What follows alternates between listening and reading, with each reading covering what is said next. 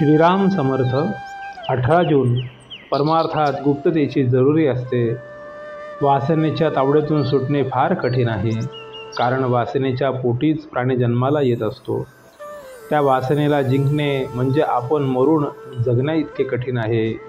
वासनेच्या पोटी जन्म आणि जन्मानंतरून अहंकार, या जोडप्या पोटी कामक्रोधादी विकार जन्माला येतात। या जोडप्याचे वैशिष्ट्य असे की त्यामध्ये बायको नवऱ्यापेक्षा वडील असते, कारण आधी वासना आणि त्यातूनच पुढे अहंकार भगवंताजवळ वास ठेवला तरच वासना नष्ट होते।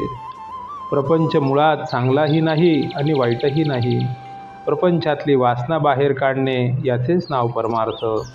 प्रपंचात प्रसिद्धीची जरुरी वाटते, त्याच्या उलट परमार्थात गुप्ततेची जरुरी लागते।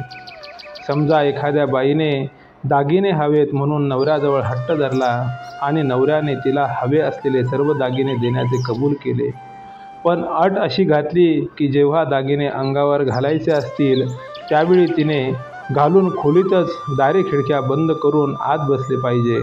अशी अट पाळून कोणती बाई दागिने अंगावरती घालणे कबूल होईल?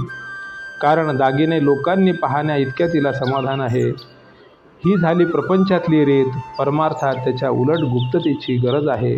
आपली साधना कोणाच्याही नजरेत न येईल अशी जबाबदारी घ्यावी, कारण परमार्थाला दृष्ट फार लवकर लागते।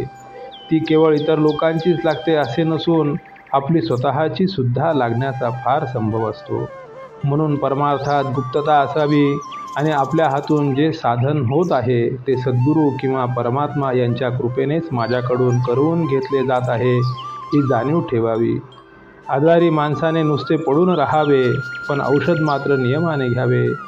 बाकीच्या गोष्टी इतर लोक करतात, औषध मात्र आपण स्वतः घेतले पाहिजे। एखादा मोठा राजा जरी झाला तरी कडू औषध दासीला देऊन काही त्याचा रोग बरा होत नाही। त्याप्रमाणे परमार्थात भगवंताचे स्मरण ठेवण्याचे काम आपल्या स्वतःलाच करायला पाहिजे। उगीच कुणाच्या नादी लागू नये। परमार्थ म्हणजे काय करायला पाहिजे हे नीट समजावून घ्या आणि मग त्या मार्गाने जा। कोणाला फसवू नका, कारण स्वतः फसणे ही जगाला फसवण्या इतकेच पाप आहे। ज्याचा प्रपंचात पाठीराखा परमात्मा आहे त्याचा तो प्रपंच परमार्थ होतो। उलट ज्याच्या पाठीराखा अभिमान आहे त्याचा परमार्थ देखील प्रपंचच म्हटला पाहिजे। बाहेरून प्रपंची दिसावे, पण आत मात्र परमार्थी असावे, ही खरी कला होय। श्रीराम समर्थ।